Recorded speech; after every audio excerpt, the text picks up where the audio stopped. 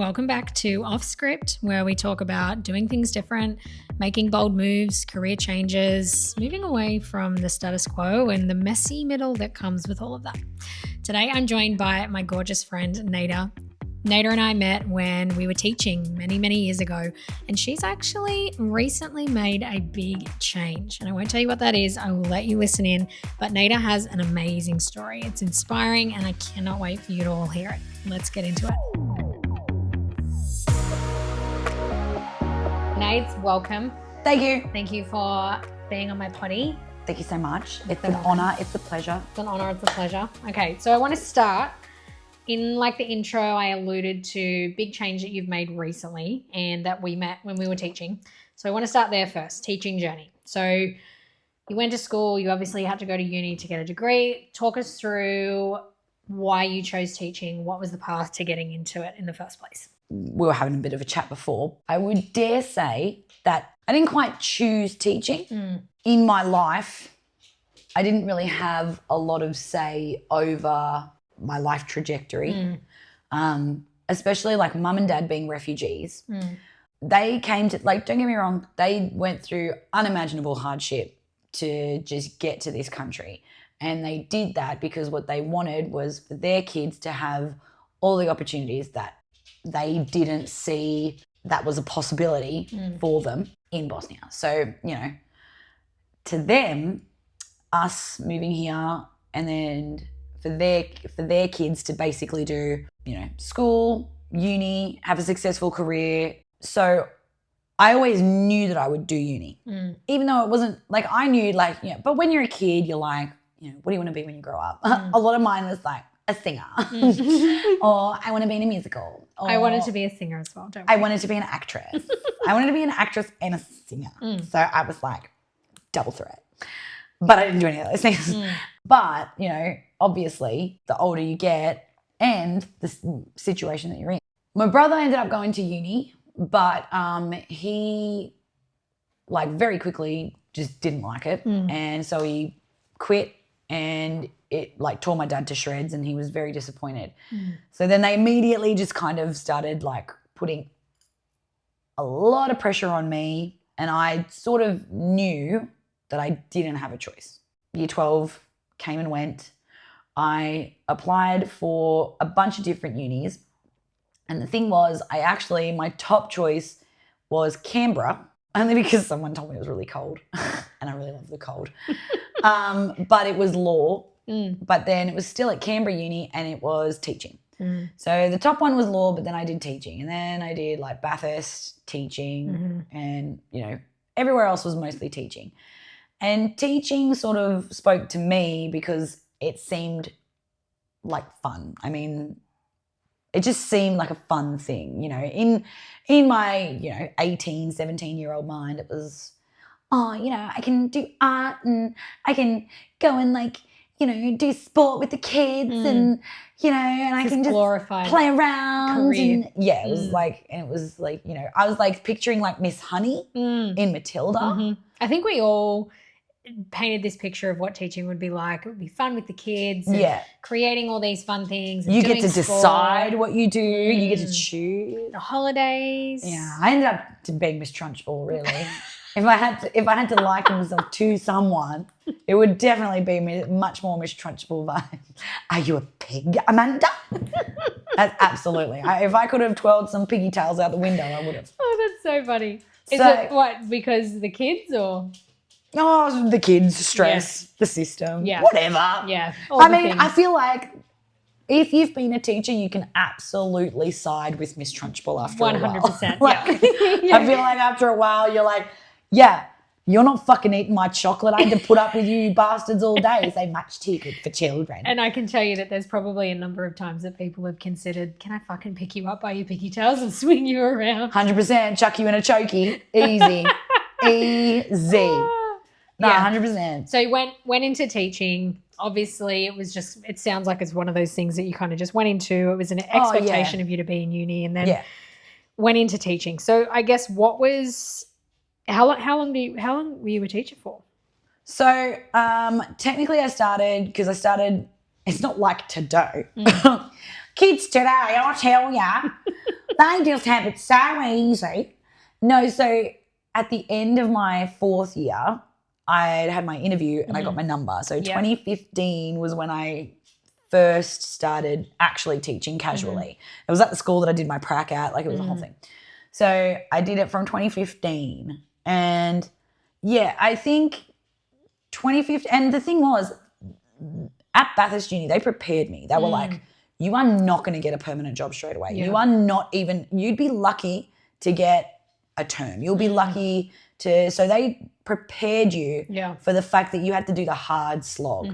So 2015, end of 2015, I got, quite a few casual days at my prac school, but I moved so that I could move in with my boyfriend. And so 2016 was when Nick and I lived together here around Newcastle, and immediately from term 1, I went around and started physically, because it's not like today. Oh my God, I did the same thing. I remember walking into the office with my resume. In the little plastic sleeve because you look so profesh. I had my photo on it because they needed to make sure they could put a face to the name, and having a name like mine, it's certainly not easy. So did all that. I think even in the first week, I handed in my resume to something like 26 schools. Wow.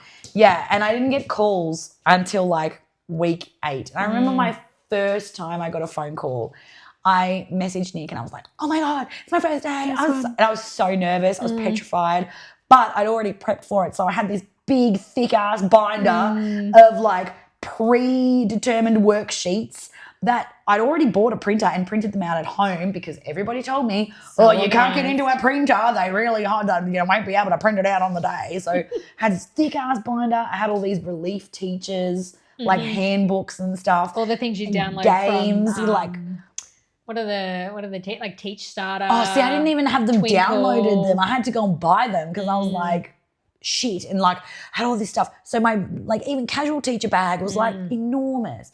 So and I started doing casual teaching, and through all 2016 was all casual. Then actually at the school that you and I both worked at, I covered for a teacher for a term, and not to sound too up myself, they fucking loved me. You're amazing. So end of that year, I applied for a job. They only had the one extra job there next year. I applied for it and I got it, right? However, the person who I replaced, and the thing was, when I got it, that was the best feeling in the world. I was like, oh my God, this is the chance that I've worked, so hard for those years at uni. I was like, yeah, I'm about to change the world. I'm about to change minds. I've got my own class. I am going to get my chance. Like Alexander Hamilton, I am not throwing away my shot. That's what it felt like. I was like, yes, okay, we're going to do it. But the woman who I ended up covering for, and I didn't know this at the time, I only found out later, the woman who I ended up covering for over that term, they had decided to cut back her days. Okay. That had nothing to do with me, obviously, but what I didn't realise at the time was that then the following year it put a target on my back, because that teacher then had a role in the school that meant she could still kind of dictate certain things. And so even though the following year I went in with the best of intentions, and don't get me wrong, I still had an awesome time.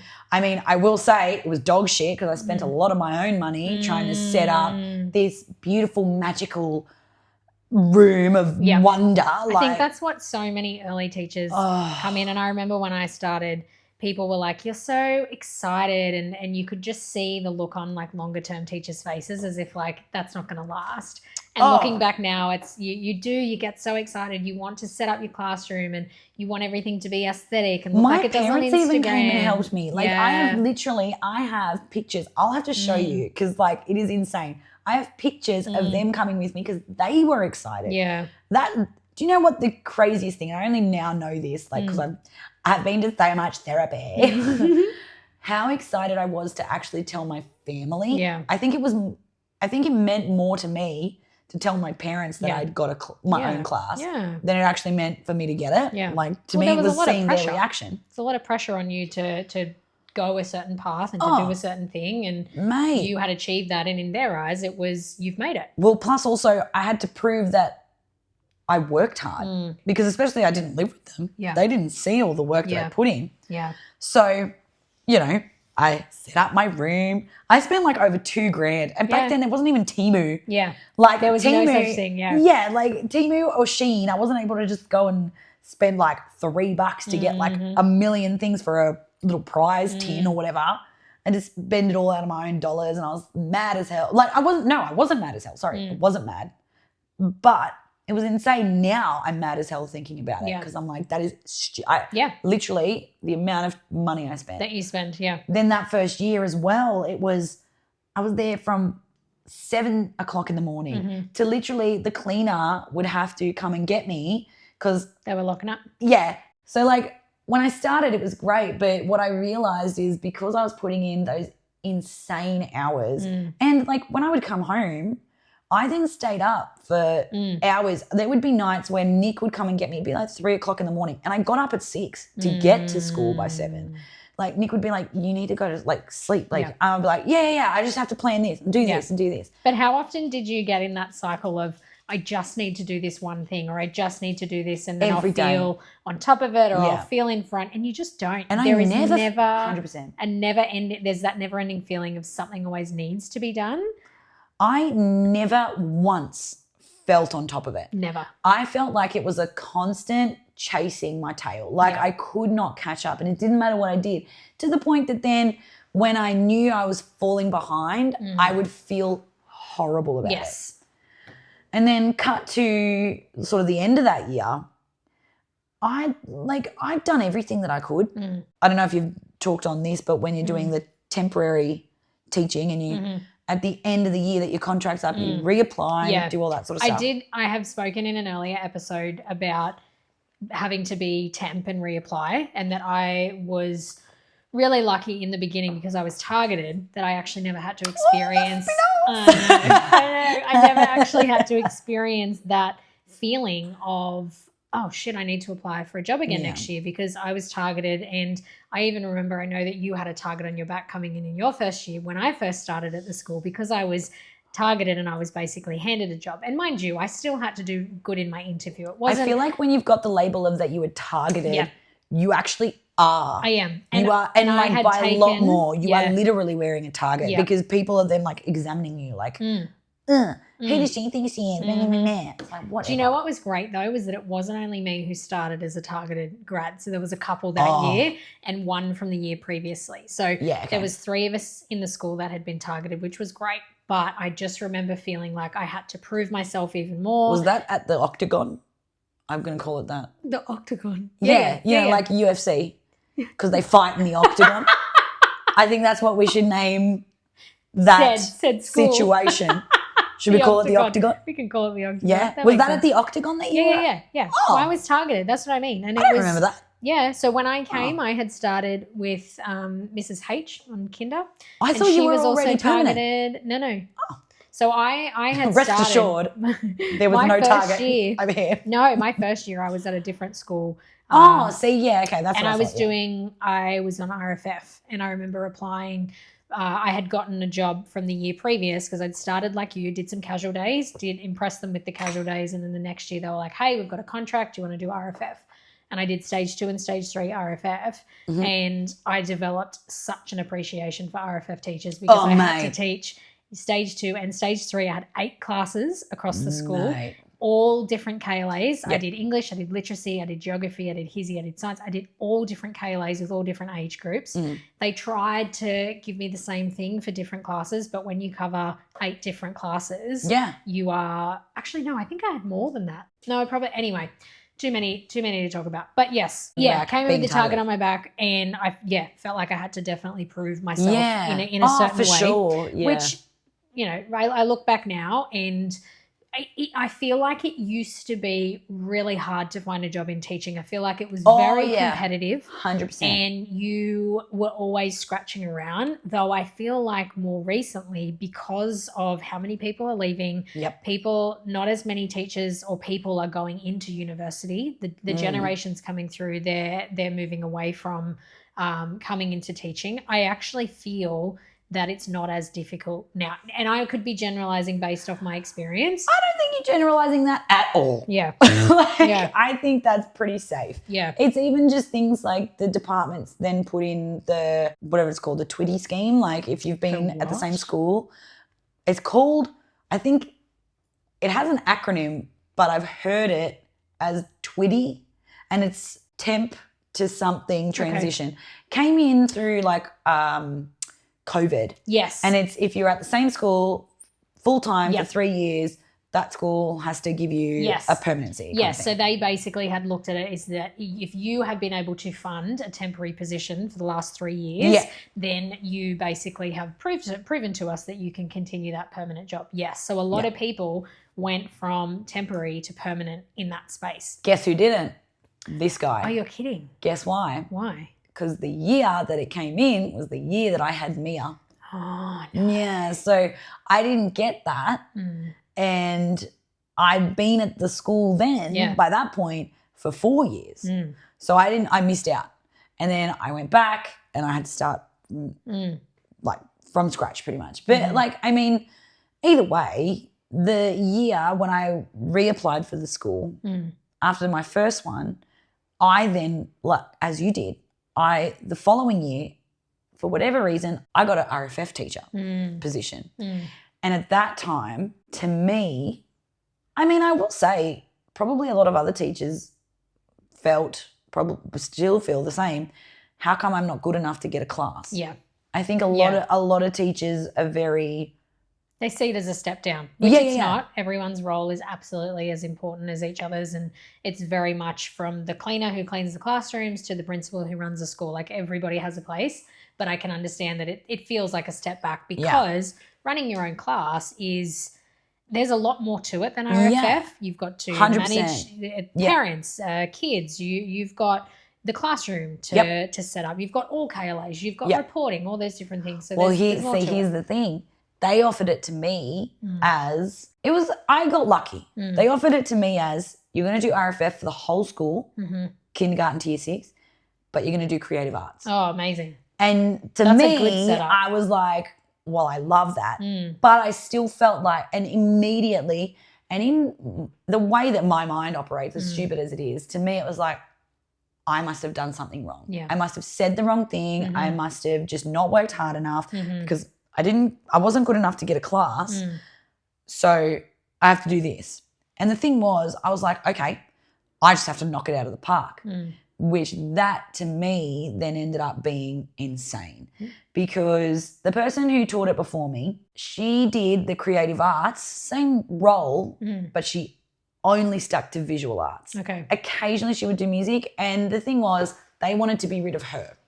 So then what happened was when news broke that I got that job, that teacher made it her duty to tell everybody that I stole her job, that she got fired, which wasn't the case. But I mean, that's how it works. Like, you know, you can't control what other people say. So then I went into the next year being like, okay, well, whatever she said, it's not true. I'm just going to make sure that I'm better at it.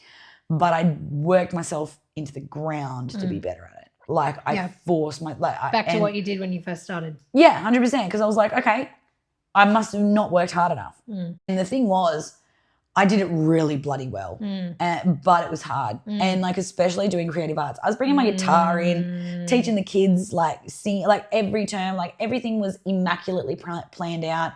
Like, but at what cost though?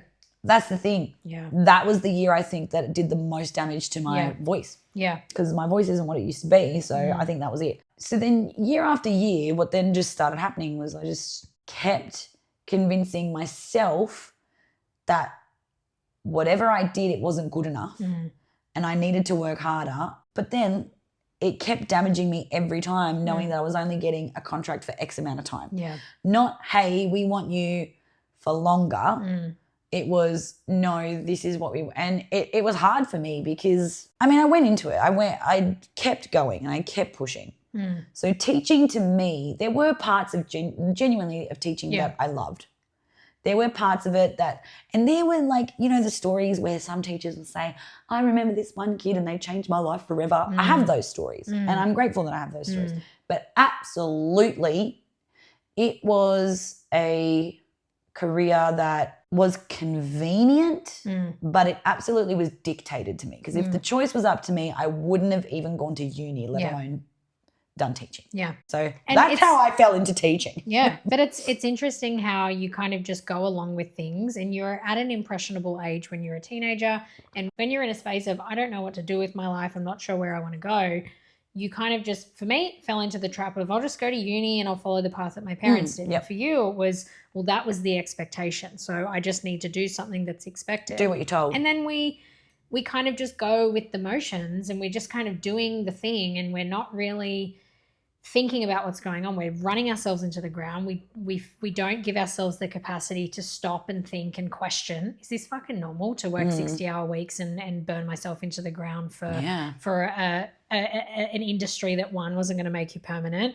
and keeps you hanging? And I know a lot of teachers that feel that way, in that contract that has to keep renewing every year, fear of having a job, all of those kinds of things. Term 4 was horrific. Term 4 was always, and if you're a teacher, you would know this. Term 4 is where everything in the workplace becomes more toxic because people start getting stressed. Insanely toxic. Reports are due, so it's even more workload that's happening. Everybody's cranky. Everyone's gossiping about who's going to be on what class. Secret conversations that you walk into and you're not supposed to be there. All of a sudden, hushed tones. Absolutely, it's just it's a horrific end of the year. So, do you feel like there was a moment for you, like a specific moment, where you were wanting to get out, or you knew that you wanted to get out? Well, I basically fucked it all off, didn't I? I was like, nah, I eat a bag of dicks, thank you kindly. So when was your official last day? So what happened was I started at a new school this year because, as we both know, at the Octagon, it was bloody ruthless, and I did feel like a UFC fighter, and I did feel like I needed like walk-on music the way that UFC fighters do as I was just walking through those gates, because I felt like, nah, here I am working my ass off for, a school that, and by my last year at that school, they were only offering me a contract one term at a time, not even a year. Yeah. So I was like, nah. I'd already decided once that I was going to leave. I went back, but I only went back after the Federation had fought for increased wages. So when the wages went higher, Mia being in daycare, I knew when I became a mum, or I didn't know when I became a mum, that I wouldn't be the kind of stay-at-home mum. I thought that's what it would be, but I wasn't that person. I found that out the hard way. Hashtag postpartum depression, reach out if you need a hand. I'd had to go through a lot of mental health stuff by that point. And I went back thinking that I'd do better. That year was probably my hardest year of teaching because the Octagon had gone through a lot of changes. It was a whole thing, but it was scary. It felt like term 4, but every single day. Every day, Every day, and I hated it. So then when it came around, I started applying for other schools, and in fact, it was the first time that I didn't reapply to that school. I did some casual days in term 4 at the new school last year. Yeah. And I'll tell you what, if there is any teachers out there listening to this podcast and they're thinking about starting at a new school, top tip, work there in term 4 as a casual. Get a feel for it. And you will literally see the worst of the worst. Yeah. I went to the new school, and it was cool too because it was a position that I'd only done a little bit, but I thought I would really love it. And to be fair, I would have loved it if I had control over how it looked. Yeah. I had a little bit, but not a lot. As time sort of went on, that was, I think, when I realized it's the system. You can change the location, you can change the school, you can change the teachers that you teach with, you can change whatever it is, but it's not that. It's the system. Yeah. The system has created this culture of competition, of bullying, but also of overworked teachers that want to palm off everything they possibly can to other people, and they will if given the opportunity. So you're not teaching anymore. Amazing. Yeah. You have had your final day. Oh, my last official day was the last day of term 2. I said to the school, I'd like to take this leave for this amount. Life had sort of clicked into place by that point. If I was in a different situation, for example, if my husband hadn't gotten, if he was in a different work situation, I wouldn't have had the luxury of being able to make that choice. But basically, I was able to say, all right, you know what? I've even tried at a different place. I've realized it's the system, it's the parents, it's not me. And for so many years, I'd convinced myself it was me. It was you, yeah. So it was the last day of term 2. That was my last day that I worked. Yep. And then my last official day was end of week 5 because I took those 5 weeks of this term. And I'll tell you what, I've enjoyed myself. It's pretty nice, isn't it? It's been bloody wonderful. It's pretty nice. Because I won't lie, there are some days that I'm like, I don't feel like I'm doing enough. But I feel better knowing that I have a next step. Yeah. I think if I didn't have something else planned, I'd be freaking a little bit more out. worried. Yeah. So, but that's what happens is that we're conditioned that a secure job with a salary or whatever it is a level of security, and it means that we're achieving and we're doing something, and then all of a sudden we decide to get out of that path. And it is like I have felt that absolutely the same. I'm like, whoa, this is different, this is unusual.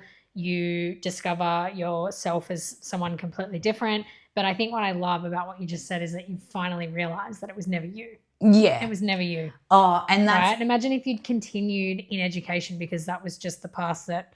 What if you had gotten a permanent job, right? Do you ever look back and think maybe there was a reason that you didn't get a permanent job, that this was all meant to happen? I'll tell you what, not until you just said it. Yeah. But like that's actually a great way of thinking about it. Like this was what was hard for me. Our friendship group, everyone was a permanent but me. So for me it felt for so long I'm just not working as hard as everybody else. Yeah. I'm not putting in what they're putting in. I need to do better. And this is something that I guess I learned recently. The only person you should compete with is yourself. 100%. Like as long as you don't have to be doing better than who you were yesterday, but as long as you've made a step in a direction that you yesterday would have been proud of, then that's all you should be doing. But it's so hard when you're in those environments to think that way. Yeah. When those environments, especially when there's so many people and they're all wrapped up in themselves, but they're so wrapped up in themselves that it's easier to take it out on other people. It's so hard to sit there and go, I need to be better than I was, not better than that person. But that's really hard. It's easier. What I have noticed, and when I look back on teaching and why I think schools are quite toxic, is like you said, there's a lot of systemic things that make it a really hard environment to be a happy person because there's so much expectation, there's so much workload. And so you are putting people in a scenario that is not a desirable scenario. It is not the best way to get them to be the best teachers and kids to be the best students and all those kinds of things. There's a lot of systemic things that need to change. But what happens is you throw a bunch of people into a workplace. They're overworked, they're underpaid, they're underappreciated, all of these friggin' slogans that are genuinely true about teachers. How else do you think that people are going to respond, right? Yeah. How often did you actually see someone, especially people who don't have the time to figure out, they don't have the time to sit there and go and work through their they don't have time to go to therapy and be like, you know what, actually when people do this, I react like this and I really shouldn't. They don't have that time. Of course they're going to explode. And of course they're going to act insane. You need more than one person to be the driver of the positivity and the teacher well-being and all these kinds of things. Oh, well, when you're the only person. Yeah, it's an uphill battle. Yeah, well, that was one of the other reasons why I realized as well that I had to leave the old school. Like, we know the same people. I love all of my friends. What I started realizing was my role was to make others laugh. My role was to take whatever shitty day was happening at the Octagon and crack jokes and just give people a giggle. But when I was having those days where I would still make other people laugh, but it didn't stop me from feeling those feelings of overwhelm, but also emptiness. Like I couldn't handle it. So it sort of was a thing for me where it's like, I also need a change. I also need to move on. because I can't be other people's assistance. I need to work out how I myself would handle this situation without the expectations of other anybody people. else. Yeah.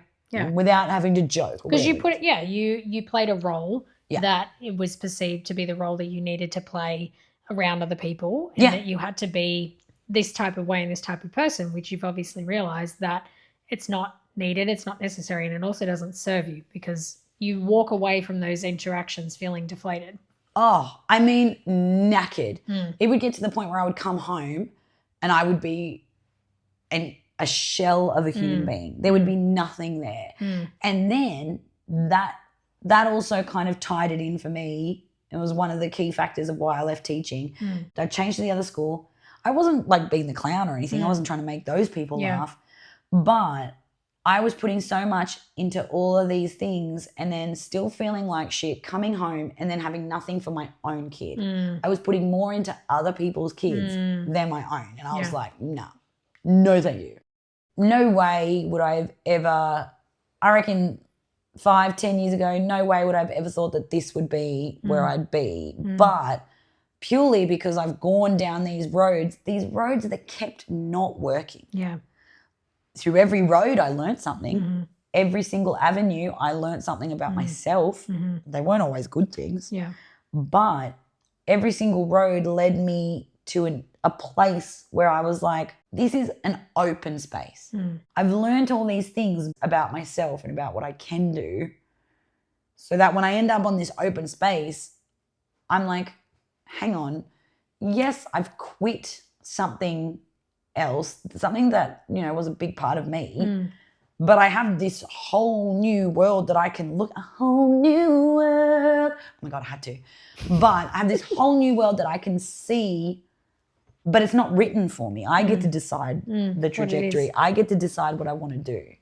And like, that's really cool. It's your perspective shift of seeing your experiences up until this point as it's meant to happen. And I think the more that I've worked in the industry that I'm in now, and basically when you work in sales, they say that it is the biggest mindset journey that you will ever do. You discover everything about yourself, you become a better communicator, all of these different things, and you see things in a different light. And I think what I'm starting to see is that all of these things that have led me to this point, the universe happens for us. It happens for us, and these things are there for a reason.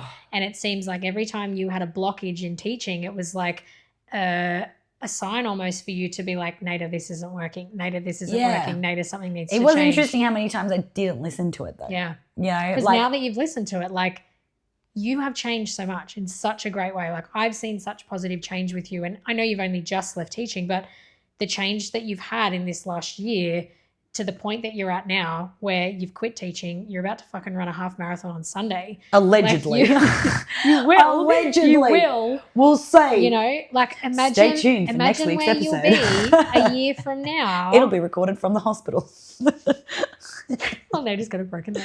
Yes, she didn't make it. But like a year from now, like the growth that you've had in just this last year with the expectations of teaching not fucking being there. And I've said this before, like, when I was going through my, mental health stuff after having Mia, people kept saying, it'll get better, it'll get better. But when you're in the depths, when you're in the darkness, when you're in whatever situation that you're in, like toxic environment, whatever, it doesn't matter how many people will say that to you. You won't believe it. Absolutely. It doesn't matter. It doesn't feel like that. Yeah. Before I even contemplated that a part of me could do that, there was a part of me that literally had two options. It had fall apart, give up, keep doing the same thing and just hope, or figure out that, hey, while yes, you have been doing the same thing over and over again and it's not gotten better, think about how much strength it took you to keep pushing yourself to do it over and over again. Like, realize that and put all that strength into something that will make it better for you. But I had to figure that out. Like, it wasn't easy. And it's a hard lesson to learn. And it's something that I learned it through a panic attack. Nothing will ever teach you how strong you are until being strong is the only option that you have. Yeah. So that day I'm having a panic attack. I tried to call my dad and he didn't know what to say. And he probably could have said a million things and I was still freaking out. Yeah. I was like, in no. one ear and out the next. It wasn't like some amazing like epiphany. It came from I am in a really dark space. But if there's one thing that I've realized, it's that fucking hell, I can bring some fucking light. Yeah. You know, like I can do it. And you're the only person who's going to pull yourself out of that. And it doesn't matter what people tell you and what they tell you should do. That change and that decision to make a change and to do something different has to come from you. And I explain it in a way where the situation that you're in, it gets progressively bad. So it feels like it's death by 1,000 cuts because you don't actually realize how fucked your situation is. But it's like death by 1,000 cuts. Yeah. Would you rather be in that position and just continue? Because what you were putting up with is you were putting up with, you know, it was horrific. It was not a nice feeling. And then the feeling of actually doing something different and making a change is scary. But in that moment, it's like if you consider what is worse, what is most risky, what is most scary, would you rather do what you've been doing for the last 10 years, feeling shit, doing the same shit day in, day out? Or is it more scary to actually just fucking make a change and see where it goes? Because look where it's gotten you. Hit the nail on the head. What's worse? You're already miserable. Exactly. You're already dealing with the constant feeling of being undervalued, being overworked, doing everything the same, not even the same. You might have even tried a million different, do you know how many things that I tried and how many different methods, how many meditations, how many all these other things that are meant to help you improve your life. And don't get me wrong, some people do improve their lives in those avenues. None of them worked for me, but eventually I had to figure out, you know what? There's not one Band-Aid that's going to fix this. The 1,000 cuts ain't going to be covered by one Band-Aid. Don't keep letting it happen. Yeah. And the thing is... Oh my God, I love what you said there.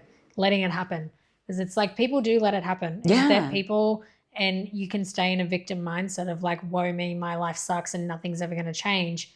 But at the end of the day, like you are letting it happen. And as soon as you are aware of it, it becomes your responsibility. Your problem becomes your responsibility. I feel as well, particularly women, they think that they don't have any other options. Yeah. They don't think they can do anything Oh my God, else. I agree. Yeah. They're miserable and they keep trying, like they keep pushing themselves into these situations where every day they reflect on how horrible the situation is, the system, whatever it is. But they don't see any other options. Yeah. They don't think that there are any other options. All they think is, this is all I can do. This is my life. Yeah. And you know what it takes? That's horrendous. And this is why I'm glad that I did this podcast and why I'm so glad that I brought you on, is because if you don't hear a different perspective, then you will only stay in the lane that you are in. So if you are a teacher or someone who's stuck or someone who's feeling a certain type of way, until someone actually shares a different way of thinking or actually gets you to see that maybe you need to make a change. Maybe you need to stop thinking that everything is so bad for you. People are going to stay in that fucking lane. So I hope that if anyone is listening to this, and I have said this in previous episodes, just stop for a second, pause. Where are you in your life? Where are you unhappy in your life? And can you honestly say to yourself that you are putting things in place to make a change? Or are you just sitting there going, poor me, I feel like shit. The education department is to blame.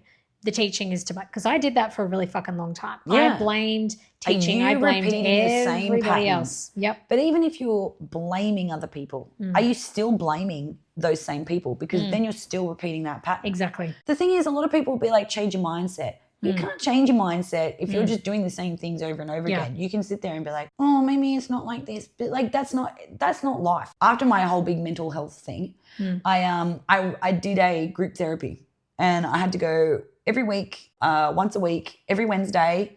And I will tell you this, I loved it. I was very fortunate. I had really good mental health care. But I mean, it wasn't cheap. Absolutely wasn't cheap, which is awful, which is a problem in and of itself. But the group therapy that I went to, there were people who didn't make it all the way through the group therapy. There were people who left. But by us just being here, making the step to make a change, making the step to think differently, making the step to put in other practices. Let's face it, no one wants to be here at group therapy. Yeah. No one wants to bear what's been happening in the last week. No one wants to sit there and say what worked, what didn't in front of strangers. Yeah. That's not easy either. But by us doing this, by us stepping outside of the patterns that we've unintentionally made for ourselves, we are showing just by doing this one step that we want things to be different and we're willing to make them different. But we're not about to keep repeating the patterns. We're not about to keep playing this game and just hoping for the cards to be different. Yeah. We can't do that. But I do think that we get so caught up in what should be and not what is. And when you reflect on what is, you can take yourself out of it and look at it objectively. When you see what is, and if what is that the same thing happening over and over again, you've tried different things to deal with it, but you keep feeling the same way, eventually you've got to stop beating yourself up because you can keep trying other things, but you can't keep beating yourself up thinking that other things aren't working. It eventually you'll try everything and it still won't work. You gotta move. Like, you can't close yourself off to every opportunity. Not every opportunity, but you can't close yourself off to thinking that there's nothing else. I think a lot of people are scared to move forward. 100%. Everyone, the thing that will hold people back the most in anything is fear. And that's because we're wired that way, right? We're 100%. wired that if something is different, if something is abnormal to routine, we fear the it's unknown. Fear. It's fear of change. So I just want to let our listeners know, Nades, that we're not actually going to talk about what you're doing next, because in the midst of your transition into your next adventure, there's a few things that we can't actually talk about yet. So we're going to do a part 2 so you can tell us everything about what you're doing now. So last bit, what advice do you have for someone who, because I feel like the theme of what we've noticed here is that when you are in a situation that's not serving you, you're not enjoying it, you keep doing the same thing over and over and over again, because I'm sure there's a lot of people listening who are sitting there going, I'm unhappy, or I know I need to make a change, but they haven't for whatever reason. What is your advice to those people? I think, and I say this with the deepest respect to the people around me, I think the very first thing you need to reflect on is who is in your immediate circle and what do those conversations look like? Are those conversations navigating you into feeling worse? Do you have support? Are the people around you perpetuating the way that you're feeling, or are they actively trying to reframe your state of mind? And if they're not, and if you don't feel like you have support, I get it, that's hard. I'm a social person. I've always been a very social person. But for someone who's very social, I often, and when I say often, I mean, I'd say at least 50% of the time, I feel quite alone. And that's not an easy feeling to experience. But one thing that I've realized is being alone and content is far better than being around others and miserable. Yeah.